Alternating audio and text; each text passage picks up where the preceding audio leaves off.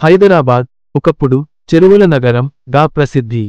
నిజాం కాలంలో వందల కొద్ది చెరువులు, నదులు, వాగులు వర్షపు నీటిని సులభంగా నిల్వ చేసేవి.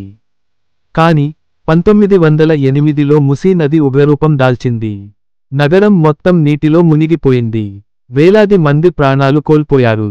ఆ భయంకర అనుభవం తర్వాత నిజాం మహ్మద్ ఒస్మాన్ అజీజ్ 2 పెద్ద ప్రాజెక్టులు నిర్మించారు. ఒస్మాన్ సాగర్, హిమాయత్ సాగర్. ఇవి వరదల నుండి నగరాన్ని రక్షించాయి. కాని కాలం మారింది. స్వాతంత్ర్యం తర్వాత చెరువుల సంరక్షణ తగ్గిపోయింది.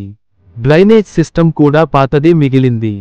1980ల తర్వాత చెరువులు మాయమై వాటి స్థానంలో ఇళ్ళు, కాలనీలు, రోడ్లు ఏర్పడ్డాయి.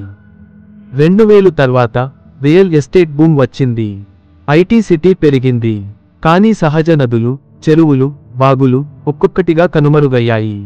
ఇప్పుడు వర్షం పడితే 1 గంటలోనే రోడ్లు నదుల్లా మారిపోతాయి. ఎందుకంటే నీరు వెళ్లే మార్గాలే లేవు. మూసీ నది కాలుష్యంతో నిండిపోయింది. చెరువులలో కేవలం కొద్దివే మిగిలాయి. నిజాం కాలంలో వరదల్ని అరికట్టడానికి వేసిన ప్రాజెక్టులు నేటి నగరాన్ని కాపాడలేకపోతున్నాయి. హైదరాబాద్ వరదల వెనుక ఒక చారిత్రక గాథ ఉంది. ఒకప్పుడు వరదల నుంచి రక్షించిన చెరువులే ఇప్పుడు లేకపోవడం వల్లే వరదలు తిరిగి వస్తున్నాయి.